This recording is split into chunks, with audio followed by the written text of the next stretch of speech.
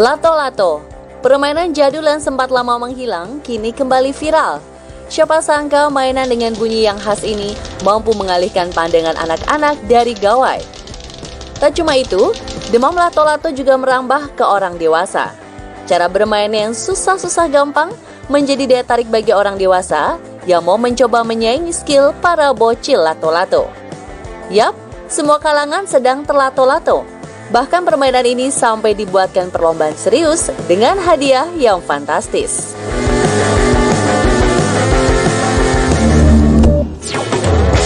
Sambut pengantin dengan bunyi tek tek tek tek. Dalam tradisi pernikahan tradisional, calon pengantin yang baru tiba di lokasi hajatan akan disambut dengan meriah yang biasanya diiringi oleh tetabuhan musik, petasan, dan taburan bunga. Namun ada yang berbeda dari prosesi pernikahan berikut ini. Alih-alih musik meriah, pasangan raja dan ratu sehari ini justru disambut dengan barisan bocah yang memainkan lato-lato secara serentak. Suara tek-tek, tek-teknya sih udah 11-12 hebohnya dengan musik rebana. Bisa-bisa permainan lato-lato ini jadi tradisi baru di hajat pernikahan ya.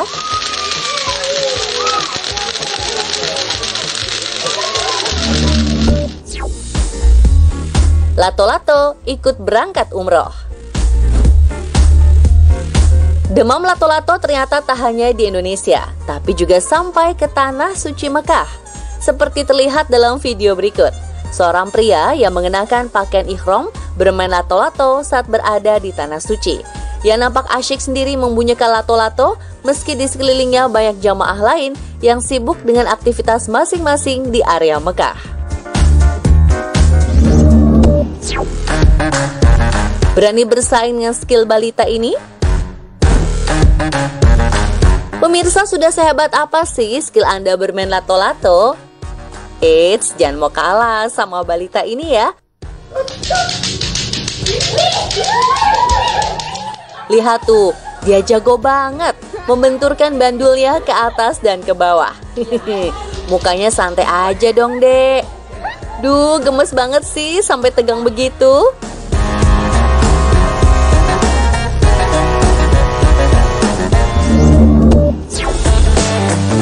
Lato-lato versi guru olahraga. Lihat bocil kompleks main lato-lato pasti udah biasa. Tapi kalau guru olahraga yang terlato-lato, bagaimana? Ini dia, bukan lato-lato biasa. Guru olahraga ini membuat lato-lato sendiri dengan bola voli. Ada-ada aja sih, Pak. Kerennya nih, Pak Guru ini sesekali berpose bahkan sampai mengangkat satu kaki. Wah, bukan kaleng-kaleng nih skillnya Pak Guru. Pantas aja beliau jadi guru olahraga.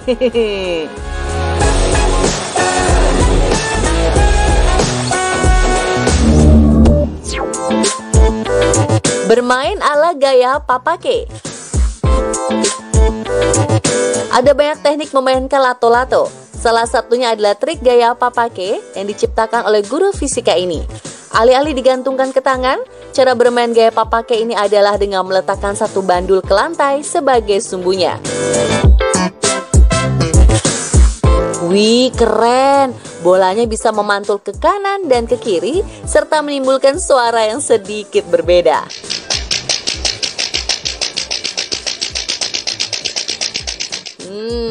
Kayaknya Pak Guru menerapkan teori gravitasi relativitas nih. Tapi jangan kelamaan ya mainnya.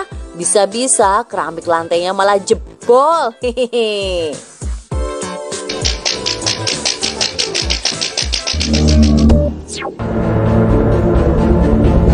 Faktanya, bermain lato-lato bagus untuk tumbuh kembang anak karena bisa melatih motorik halus, kesabaran, serta melatih fokus dan konsentrasi. Namun, orang tua juga perlu mengawasi anak-anak bermain lato-lato. Sebab belakangan ini, tak sedikit anak-anak yang menjadi korban terluka akibat terhantam bandulnya yang berbahan plastik padat. Alhasil, dari yang awalnya menyenangkan, lato-lato kini mulai meresahkan.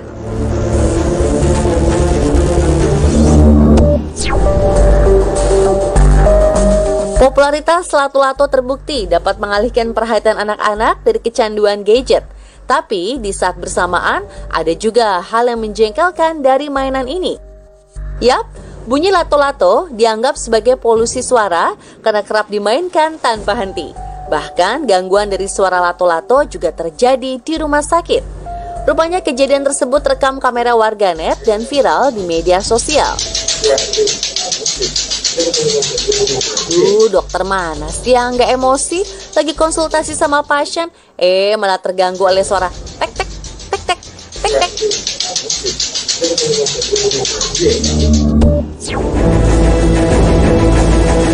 Selain membuat kebisingan, lato-lato juga mulai memakan korban. Seorang bocah berusia 8 tahun di Kuburaya, Kalimantan Barat harus menjalani operasi mata akibat terkena serpihan pecahan bola lato-lato.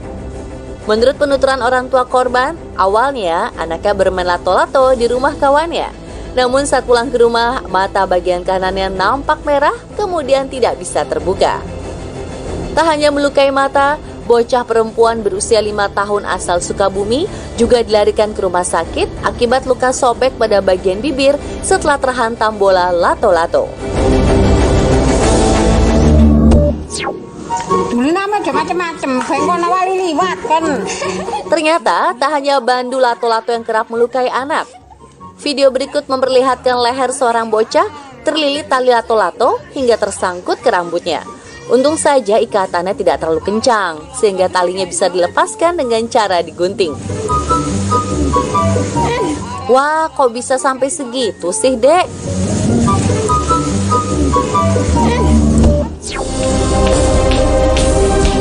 Jika lepas kendali, lato-lato ternyata bisa melukai orang lain, seperti dalam video berikut. Seorang wanita terlihat kegirangan karena berhasil melakukan trik. Tapi tak disangka lato-lato yang ia pegang tiba-tiba terlepas dari genggaman. Bandu lato-lato pun terpental dan meluncur tepat ke arah si perekam video yang adalah seorang bocah. Akibatnya dahi si bocah benjol karena terhantam kerasnya bandu lato-lato.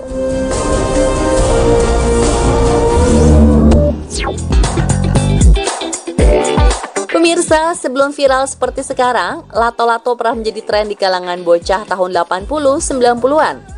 Namun nyatanya, meski sudah dikenal masyarakat Indonesia sejak dahulu, lato-lato sebenarnya berasal dari Amerika Serikat dan populer pada tahun 60-an dengan nama clackers. Dulunya mainan ini terbuat dari kaca atau kayu. Efeknya, jika pecah, serpihannya berhamburan dan mengakibatkan sejumlah kasus cedera mata.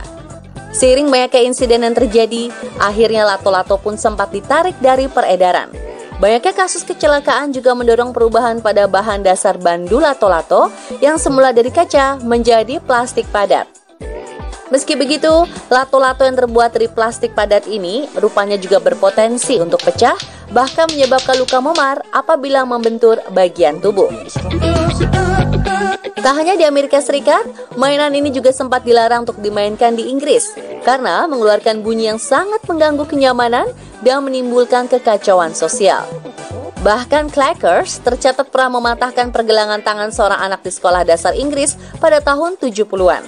Saking berbahayanya, image clackers atau lato-lato, permainan ini menjadi inspirasi senjata mematikan dalam serial kartun.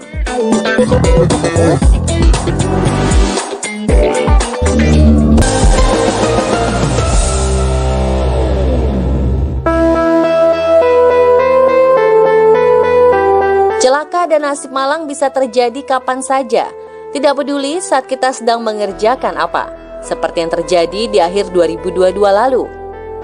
Niat pecahkan rekor di Indonesia, acara tarik tambang di Makassar justru berakhir duka. Seorang peserta meninggal dunia saat acara ini berlangsung. Ketika para peserta sedang bersantai dan berbincang, tiba-tiba saja tali yang digunakan untuk tarik tambang tertarik kencang dan menghentak salah satu kaki peserta. Hentakan ini menyebabkan korban jatuh terbentur barrier beton yang ada di tengah jalan. Akibat kecelakaan yang memakan korban jiwa ini, polisi menetapkan ketua panitia sebagai tersangka karena dianggap sebagai kelalaian panitia. Awalnya berniat unjuk diri dan bersukacita, malah berakhir duka. Pemirsa, berikut beberapa tragedi yang terjadi saat mereka sedang unjuk diri.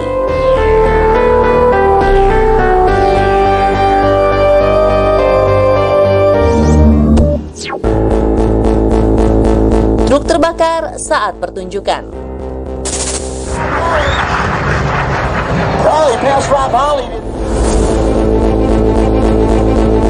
Seorang pria berusia 40 tahun di Amerika Serikat tewas di sebuah pertunjukan udara Michigan. Chris Darnell sedang membalap dua pesawat jet selama Field of Light Air Show di Battle Creek Field ketika kendaraan yang disebut Shockwave Jet Truck tiba-tiba saja hilang kendali. Kedua pesawat penyangga sedang melakukan trik udara dan terbang rendah di atas truk saat melaju di landasan ketika kecelakaan itu terjadi.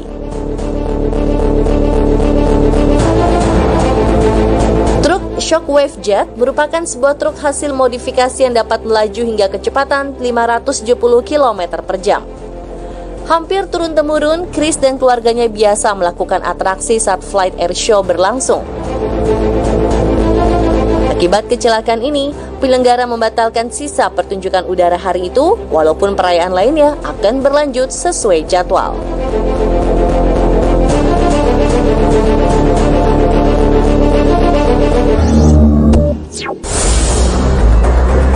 Pesawat jatuh saat balapan.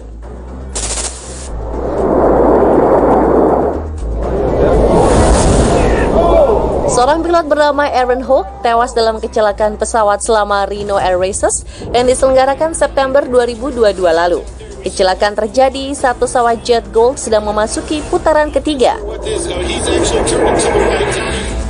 Aaron Hook menabrak tanah dengan kecepatan sangat tinggi, sekitar 800 km per jam.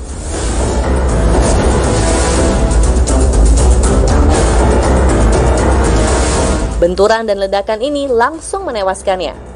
Selain sang pilot yang tewas, tidak ada penonton atau pilot lain yang terluka akibat kecelakaan ini.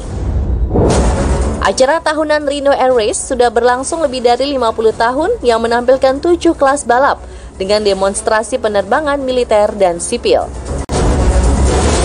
Insiden ini diduga terjadi akibat mesin pesawat yang tiba-tiba kehilangan daya saat memasuki putaran ketiga. Setelah kecelakaan, seluruh perlombaan dan perayaan dibatalkan untuk menghormati sang pilot yang menjadi korban. Meninggal di tengah lomba balap karung. Perayaan Hari Kemerdekaan Indonesia pada Agustus tahun lalu berujung duka bagi warga Kampung Gunung Bubut, Tasikmalaya.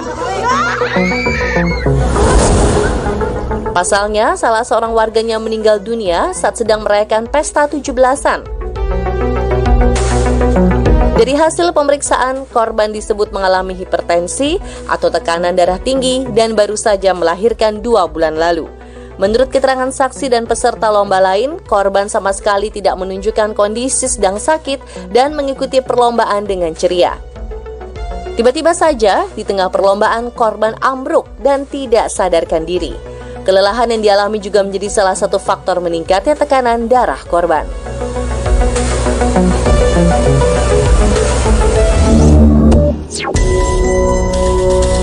Serangan stroke ringan saat siaran live. Wendy Williams, seorang presenter televisi asal Amerika Serikat, tiba-tiba saja terjatuh saat sedang membawakan acara siaran langsung. Kalimat yang diucapnya kacau dan mendadak tertahan. Matanya tiba-tiba membesar dan kesulitan untuk berbicara sebelum akhirnya terjatuh di studio. Wendy segera dilarikan ke rumah sakit untuk mendapatkan pertolongan pertama. Pihak televisi membatalkan seluruh episode yang tersisa untuk memberikan Wendy waktu beristirahat. Pihak kedokteran mengkonfirmasi Wendy mengalami stroke ringan berdasarkan gejala dan kondisi medis yang dirasakannya.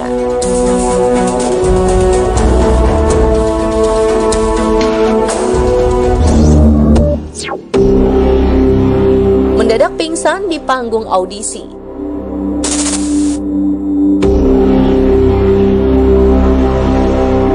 Tragedi saat mereka sedang unjuk diri lainnya terjadi di ajang pencarian bakat American Idol.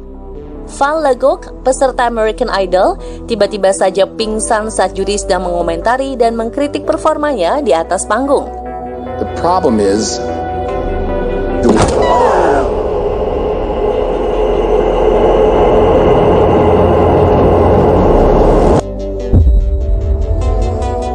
Miss Nigeria USA tahun 2019 ini tiba-tiba saja kehilangan keseimbangan dan jatuh lurus ke depan.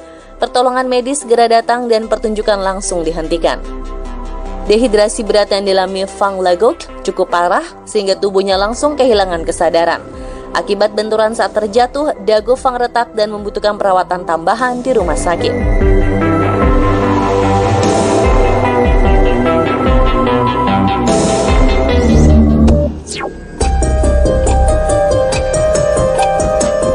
Selain faktor eksternal, beberapa tragedi yang mengancam nyawa juga bisa disebabkan oleh faktor internal, yakni tubuh sendiri. Dehidrasi dan rasa lelah yang berlebihan ternyata dapat membuat kita kehilangan kesadaran, bahkan membuat nyawa melayang. Serangan jantung seringkali dikaitkan dengan kematian mendadak akibat kelelahan atau olahraga berlebihan. Tapi apa benar kegiatan yang melelahkan dapat menyebabkan serangan jantung? Faktanya, dalam sebuah jurnal yang dipublikasikan, resiko serangan jantung lebih tinggi menyerang orang-orang dengan aktivitas padat, terutama olahraga selama 7,5 jam per minggu. Olahraga dengan frekuensi tinggi dapat meningkatkan resiko munculnya plak di jantung, juga pembuluh darah. Kegiatan yang padat dan kebiasaan olahraga dengan frekuensi tinggi dan dilakukan terus-menerus selama bertahun-tahun inilah yang dapat menimbulkan coronary artery calcification atau CAC. Nah, tapi bukannya kita tidak dianjurkan berolahraga ya pemirsa? Sebaiknya kita tetap berolahraga sesuai dengan anjuran WHO, yaitu sekitar 150 menit tiap minggunya.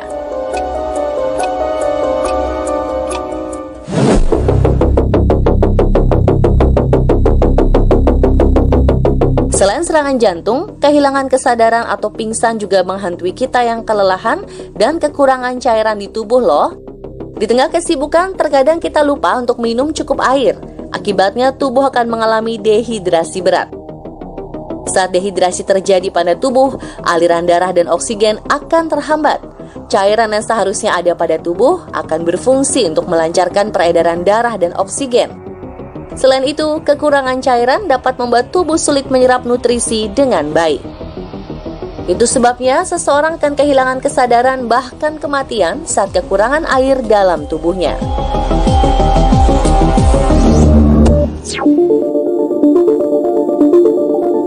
Ketika seseorang terlihat mengalami dehidrasi, kita harus segera mengisi atau menggantikan cairan pada tubuhnya untuk memulihkannya. Kita harus mengganti cairan serta mineral yang hilang dalam tubuh dengan cara meminum banyak air atau jus buah yang encer. Minuman manis dapat membantu seseorang yang mengalami dehidrasi untuk menggantikan kandungan gula yang hilang agar segera terhindar dari dehidrasi yang lebih buruk. Beberapa orang masih percaya untuk menusuk jarum ke bawah telinga atau ujung jari ketika seseorang terkena serangan jantung. Padahal anggapan ini hanyalah mitos belaka. Saat seseorang pingsan akibat serangan jantung, sembari menunggu bantuan tim medis, pertama kali kita harus memperhatikan napas dan denyut nadi seseorang. Kalau detak lemah atau bahkan nyaris tidak berdenyut, kita harus segera memberinya napas buatan.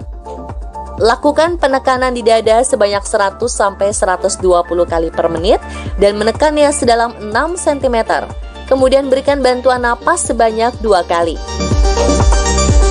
Jika orang tersebut sudah bernapas kembali, segera miringkan tubuhnya dengan kemiringan 30-45 derajat dan pastikan lidahnya tidak menghalangi jalur napas.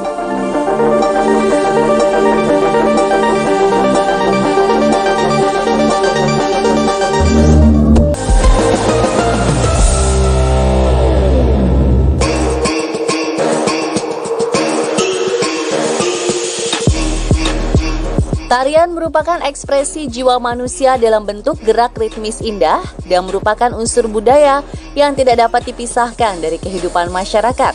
Jadi jangan heran jika banyak bentuk tarian yang diciptakan dalam sejarah peradaban manusia. Dari sekedar menari luas, sampai harus bertaruh dengan maut agar tariannya dapat menghibur para dewa.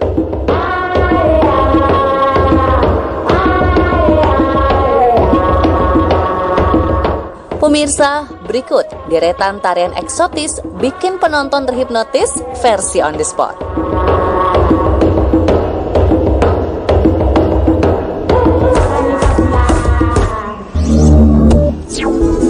Bioshka, tarian yang mengambang di udara.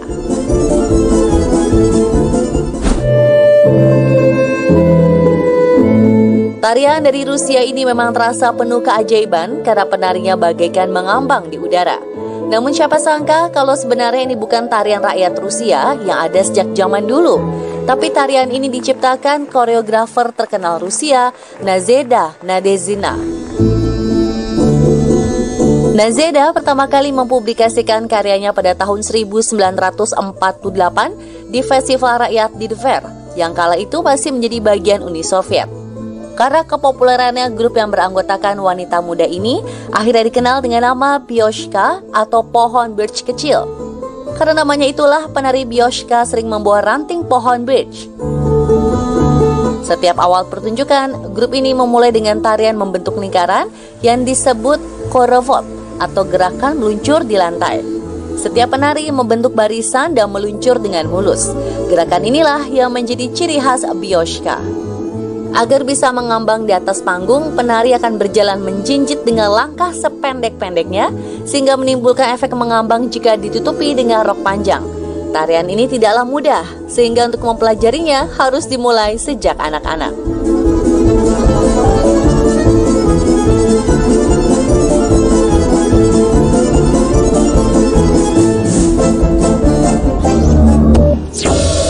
Tari naga, liukan naga di tengah percikan besi panas. Tradisi Cina ketika tahun baru dan berakhirnya musim dingin, salah satunya adalah menarikan tari naga yang membawa pengharapan kesuburan dan kebaikan.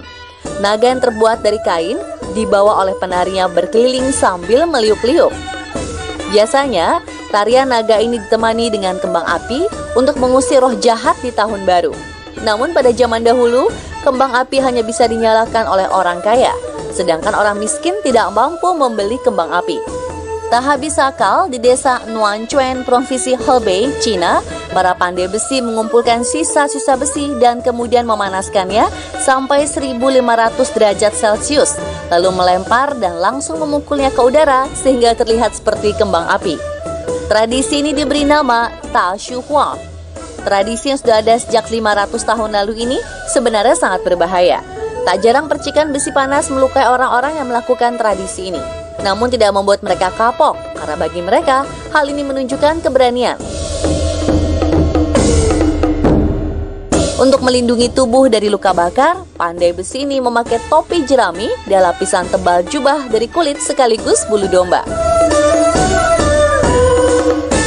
Karena keunikannya, tradisi Ta Shu Hua masuk ke dalam warisan budaya tak benda UNESCO.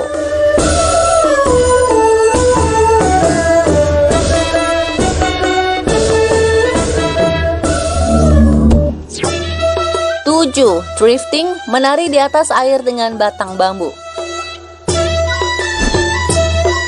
7. Drifting atau sebatang bambu mengapung sepertinya tidak cocok untuk nama sebuah tarian yang indah ini.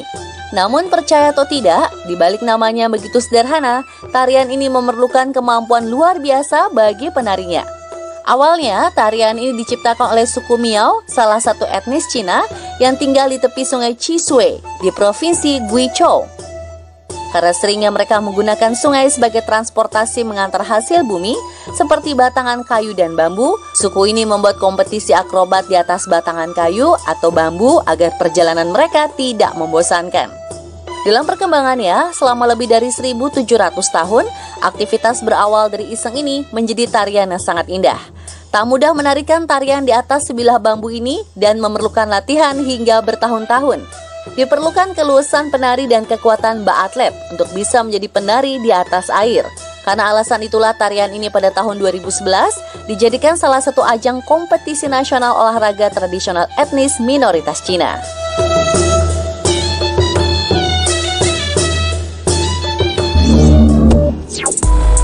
Tarian indah dari boneka goyang.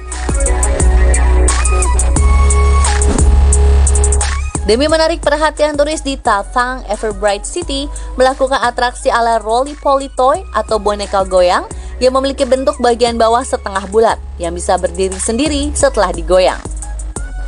Atraksi ini menjadi bagian dari kota Xi'an, ibu kota Cina kuno pada abad 13 di Cina sebelah utara. Menjadi penari boneka goyang ini tidaklah mudah. Penari harus bisa melakukan gravitasi dengan berdiri di atas besi setengah bulat. Kaki mereka ditahan dengan tiang besi berbentuk T, lalu diikat dengan tali khusus, baru mereka bisa memakai kostum tari. Terlihat mudah, namun dibutuhkan latihan yang lama. Bahkan seringkali para penari ini cedera pada bagian kaki dan pinggang.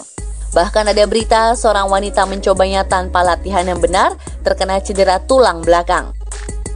Agar mempermudah gerakan dan keindahan dari tarian ini, penari wanita berat badannya tidak boleh lebih dari 50 kg, sedangkan pria 60 kg.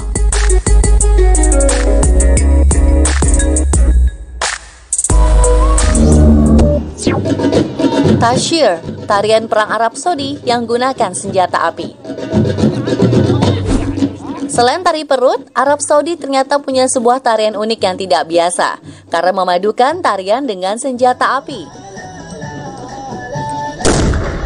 Bernama Tashir, tarian ini merupakan tarian perang tradisional yang diperkirakan telah ada sejak lama. Tarian ini sangat unik karena dilakukan dengan membawa senjata laras panjang yang telah diisi bubuk mesiu. Diiringi musik tradisional khas, sang penari akan melompat-lompat dengan lutut saling menempel, sambil mengayunkan senjatanya dan menembaknya ke tanah yang menghasilkan ledakan percikan api dan asap di bawah kaki para penari. Menariknya lagi, para penari tidak menggunakan alas kaki apapun saat melakukan tarian tersebut. Meski menggunakan senjata api, tarian ini sejatinya tidak berbahaya bagi penari ataupun para penontonnya. Sebab seluruh senjata api yang digunakan tidak diisi oleh peluru tajam, melainkan hanya bubuk mesiu yang menciptakan efek percikan-percikan api. Tarian Tashir merupakan tarian khas orang-orang Taif di masa lampau. Dulu, tarian ini dilakukan sebelum perang untuk memberikan motivasi kepada para prajurit. Selain itu, tarian ini juga dianggap sebagai salah satu cara untuk menakuti lawan. Kini, tarian ini digelar pada acara-acara penting seperti festival dan pernikahan. Para laki-laki bahkan sudah diajarkan sedini mungkin untuk mempelajari tarian ini.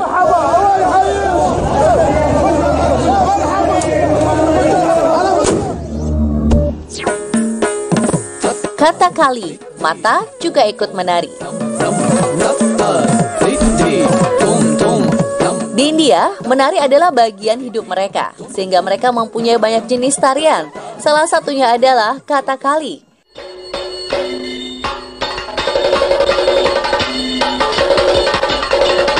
Tarian klasik ini berasal dari Kerala, India bagian selatan yang sudah ada sejak abad ke-17. Kata kali merupakan kombinasi dari seni sastra, lukis, musik, akting, topeng, dan tentu saja tari. Penari kata kali menggunakan kostum yang menawan meski terkesan rumit namun unik. Karena tarian ini seperti wayang orang dan ada jalan ceritanya, penari memakai kostum dan make up yang menggambarkan karakter yang dimainkan. Selain itu, gerakan tariannya merupakan penggambaran cerita pertunjukan tersebut.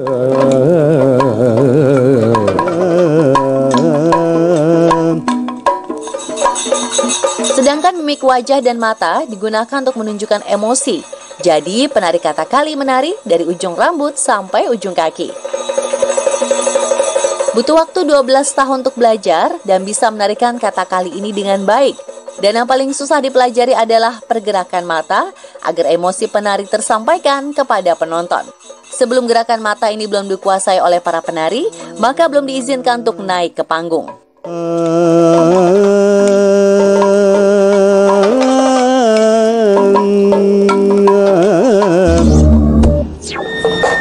The Danza de los Voladores, tarian manusia terbang dari Meksiko. Apa ya rasanya bergantung pada satu tiang setinggi 23 meter dengan posisi tubuh terbalik? Takut, panik, atau malah bangga? Seperti para penari The Danza de los Voladores. Memang, para penari The Danza de los Voladores patut berbangga. Selain mereka menari di ketinggian 23 hingga 30 meter dengan posisi terbalik, mereka juga sudah mempertahankan tradisi yang diturunkan dari suku Indian, Nahua, Huastec, dan Otomi yang berasal dari Meksiko Tengah. Menurut mitos, tarian ini sudah ada sejak 450 tahun yang lalu dan dilakukan untuk meminta kepada dewa menghentikan kemarau parah yang berkepanjangan. Untuk menyenangkan para dewa yang menahan air hujan, maka dipilihlah 5 pria muda terbaik untuk melakukan tarian ini. Sejak saat itu, banyak versi tarian Danza de los Voladores, tergantung dari mana asal suku penarinya. Namun pada prinsipnya, kelima penari naik sampai ujung tiang. 1 orang berada di tengah tiang, dan 4 orang mengikat kaki mereka dengan seutas tali tambang. Nantinya, keempat penari akan menerjunkan dirinya seperti bungee jumping, lalu mereka akan berputar-putar.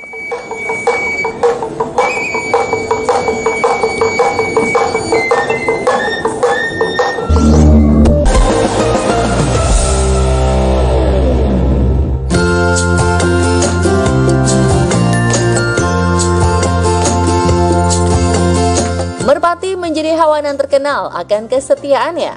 Bahkan kesetiaan burung pengantar pesan ini sering dijadikan sebagai maskot pernikahan.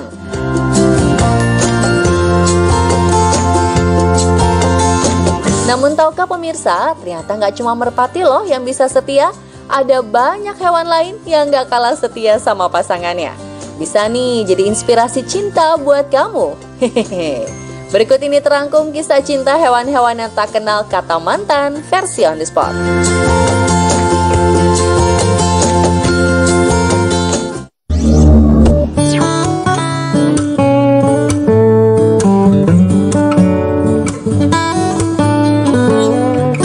Merpati mungkin terkenal sebagai burung yang paling setia. Namun mari kita lihat kisah Nigel, burung genet jantan yang tinggal di Pulau Mana, New Zealand.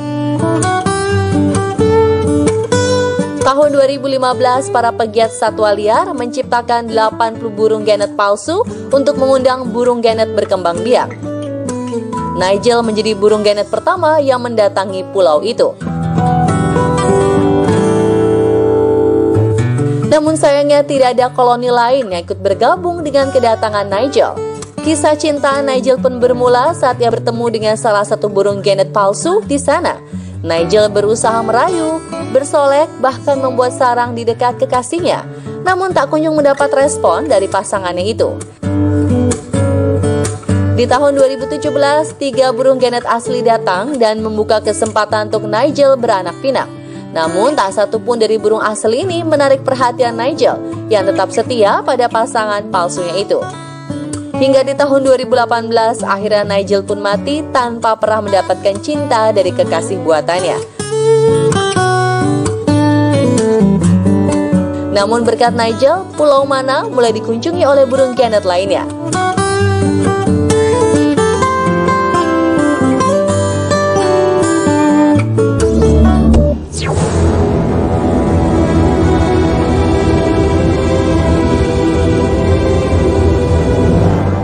Pasti pemirsa sudah tak asing dengan sebutan buaya darat sebagai lambang pengembara cinta. Namun tahukah pemirsa kalau buaya justru merupakan hewan yang setia sama pasangannya? Buaya sendiri termasuk ke dalam hewan monogami, yang artinya hanya memiliki satu pasangan selama hidupnya. Kesetiaan hewan ini juga terlihat melalui sajian wajib pernikahan tradisional Betawi, yaitu roti buaya. Harapannya, keluarga yang baru akan bisa setia dan langgeng seperti reptil berdarah dingin ini. Istilah buaya darat sendiri muncul dari cerita yang berkembang di Jember. Dahulu kala, seorang warga yang memelihara buaya di dalam tambak kehilangan seekor buaya jantan dan membuat gempar seluruh isi desa. 3 bulan kemudian, buaya ini ditemukan bersama dengan buaya betina lain. Ironisnya, buaya betina tersebut ternyata masih seumuran dengan anaknya sendiri. Karena cerita itu, akhirnya banyak orang yang kemudian menjuluki pria hidung belang dengan sebutan lelaki buaya darat. Padahal kenyataannya kalau buaya betina mati, buaya jantan tidak akan kawin lagi loh.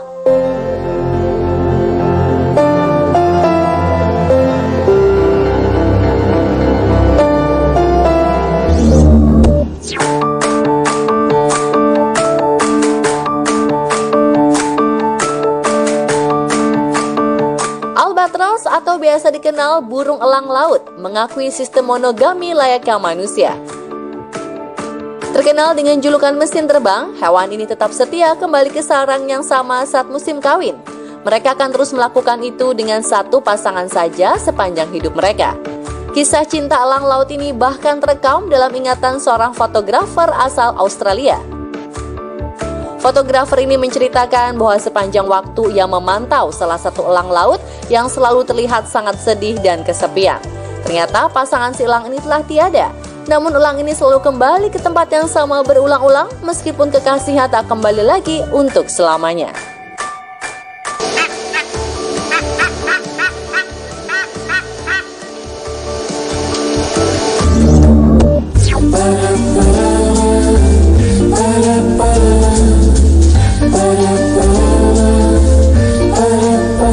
Hewan yang terkenal memiliki ikatan keluarga yang kuat ini ternyata juga setia dengan pasangan mereka, khususnya berang-berang Eropa.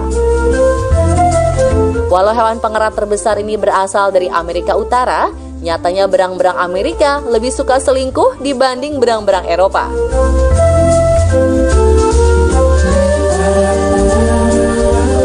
Pasangan berang-berang akan bersama-sama membangun rumah dan merawat anaknya hingga umur 2 tahun. Setelah itu, anak-anak mereka akan pergi mencari keluarga mereka sendiri dan mengulang siklus kesetiaan ini lagi. Sedangkan orang tua mereka akan tetap di rumahnya, setia dengan satu pasangan seumur hidupnya.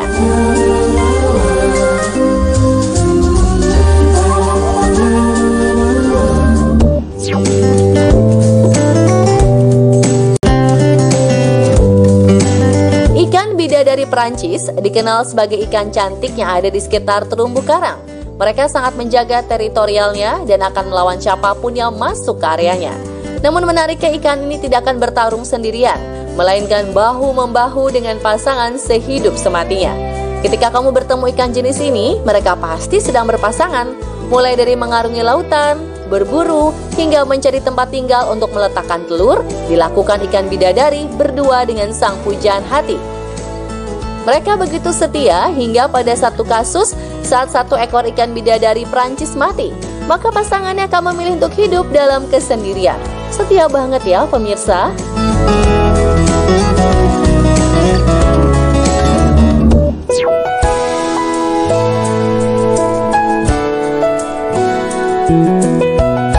Siapa yang tak kesal dengan rayap yang sering merusak kayu di rumah? Walau suka bikin sebel, namun kisah cinta mereka patut ditiru.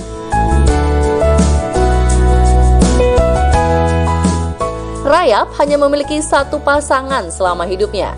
Raja dan Ratu Rayap akan mencari tempat tinggal mereka bersama dan membangun keturunan di sana. Setiap koloni rayap terdiri atas Raja Ratu dan keturunannya yang masing-masing memiliki peran spesifik untuk membesarkan rumah tangga. Raja sebenarnya tak sepenting ratu, ia cukup membuahi ratu sekali saja, karena telur yang sudah dibuahi tadi dapat disimpan oleh ratu dalam kantong khusus. Walau demikian, raja tetap setia menemani ratu hingga akhir hayat mereka berdua.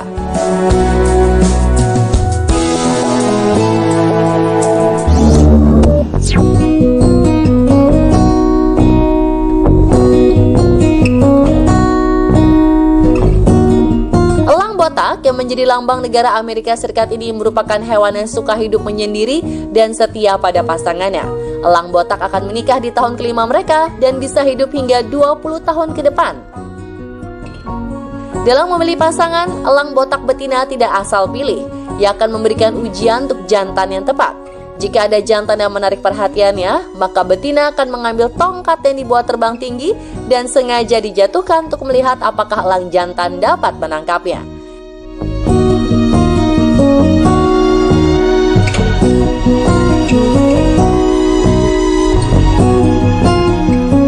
Jika elang jantan dapat menangkapnya, maka mereka akan membangun rumah tangga sampai seumur hidup. Namun bila gagal ditangkap, elang betina akan pergi dan melakukan pencarian lagi untuk menemukan pasangan yang tepat. Pasangan romantis ini juga berbagi tugas dalam mengurus rumah tangga. Mereka akan bersama-sama membangun sarang. Bila betina sedang mengerami telurnya, elang jantan akan menjaga dan mencari makan untuk elang betina. Begitupun sebaliknya, hingga tua sampai ajal menjemput. So sweet kan?